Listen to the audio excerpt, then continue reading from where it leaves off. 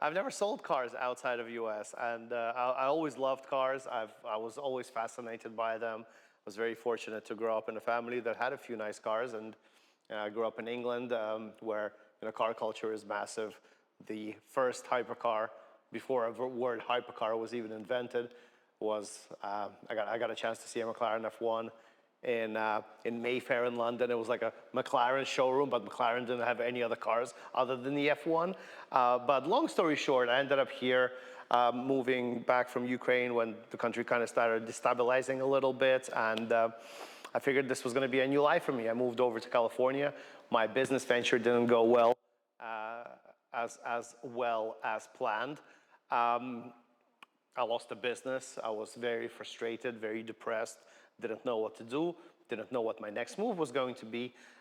Started applying to a bunch of jobs, anything really. I probably did over 110 submissions in different positions. Nobody ever called back. And the people that did call back, it was like, go sell solar panels or go knock door to door or whatever, right? And behind every great story and behind every success, I guess, is a strong woman. So that's where Julia comes in, and I'm very thankful for my wife, of course. And she said to me, listen, you love cars and you've been selling all your life. Just tell them you sold cars. So, as they say, fake it till you make it. We bullshitted on the resume.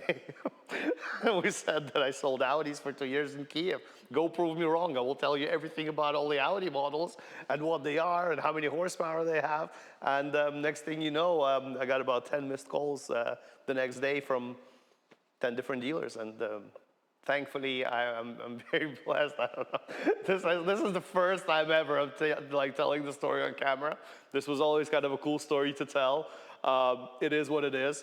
I kind of feel like I treat my path in the automotive industry more like an educational path, where Fletcher Jones was the high school, not because of the fact that, but by no means they're the biggest Mercedes-Benz dealer in the country over the last 25 years, but of the positions that I held there, it was kind of like an entry-level thing where you'd be like an assistant sales, you would pair people's phones and like teach them about it was like a delivery specialist type of a position. And I definitely treat Prestige Imports as more of an grad education, PhD, or you call it whatever, where I spent most of my time. I've only worked for 2 dealers in my whole entire life, and it's going to stay that way. Definitely, that was the university for me. And just like with every education, there comes an end. Just that's what happened, and it was my path, my decision to leave on good terms and start my own thing, where I obviously get to spend much more time with my family and travel and see people like yourself, and kind of just live. When I first got into the supercar and hypercar world, my first deal was it was a borderline. It's definitely a hypercar, but price-wise, it kind of wasn't on that level yet. Even though I truly believed that this was going to be a $1 million car in a very short period of time, and it happened right around 2020. So in 2017, my first hypercar was the Carrera GT, and I truly, it was one of. I have about 5 favorite cars of all time, and one of them is definitely the Zonda. One of them is definitely the McLaren F1, which was the hypercar of hypercars back in the day when that word didn't exist. It was definitely the Sterling Moss 722, things like that, right? The Carrera GT is right up there. And I was convincing people, I was like, this is the future, this is the investment, this is the car that you have to focus on. And people are like, Will, no way this is gonna happen. I mean, we were offered these cars for $300,000 back in the day. Nobody wanted them. And this is a true story, because these cars were underappreciated. And at a point in time where people realize how analog it is and how rare it is, that's what really caused the market to go up. And after that, of course, Pagani is my passion. It's the brand. It is the pinnacle of the iceberg. And my first deal I did was very, it wasn't easy. Nothing is easy. But I'm a true believer that if you're really passionate about a certain brand or a certain car, you will do your best to learn the product and obviously to bring value to it, even though a brand of that caliber doesn't need to be raised up or praised. And listen, if you know your stuff and you deliver the car. So that deal was a very difficult deal. It ended up to be probably the most expensive wire I ever sold at that time. Who knows? Maybe, maybe not. We'll never know. But that was my first one. And then from then on, the company believed in me.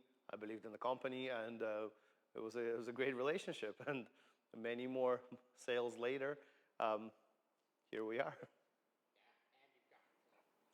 My decision to leave was a very difficult decision. It's almost suicidal when you think about the fact that when you're branching out on your own, not a lot of people make it. But I do intend to 100%. I'm giving it all. And when you promise and you deliver in the business, in sales, not exactly in automotive, I think this should be a rule of life for everybody. You have to deliver what you promise. And of course, with experience, you could go to absolutely next levels. By the way, do not buy my course because I don't have one. But do stay tuned for very exciting things to come.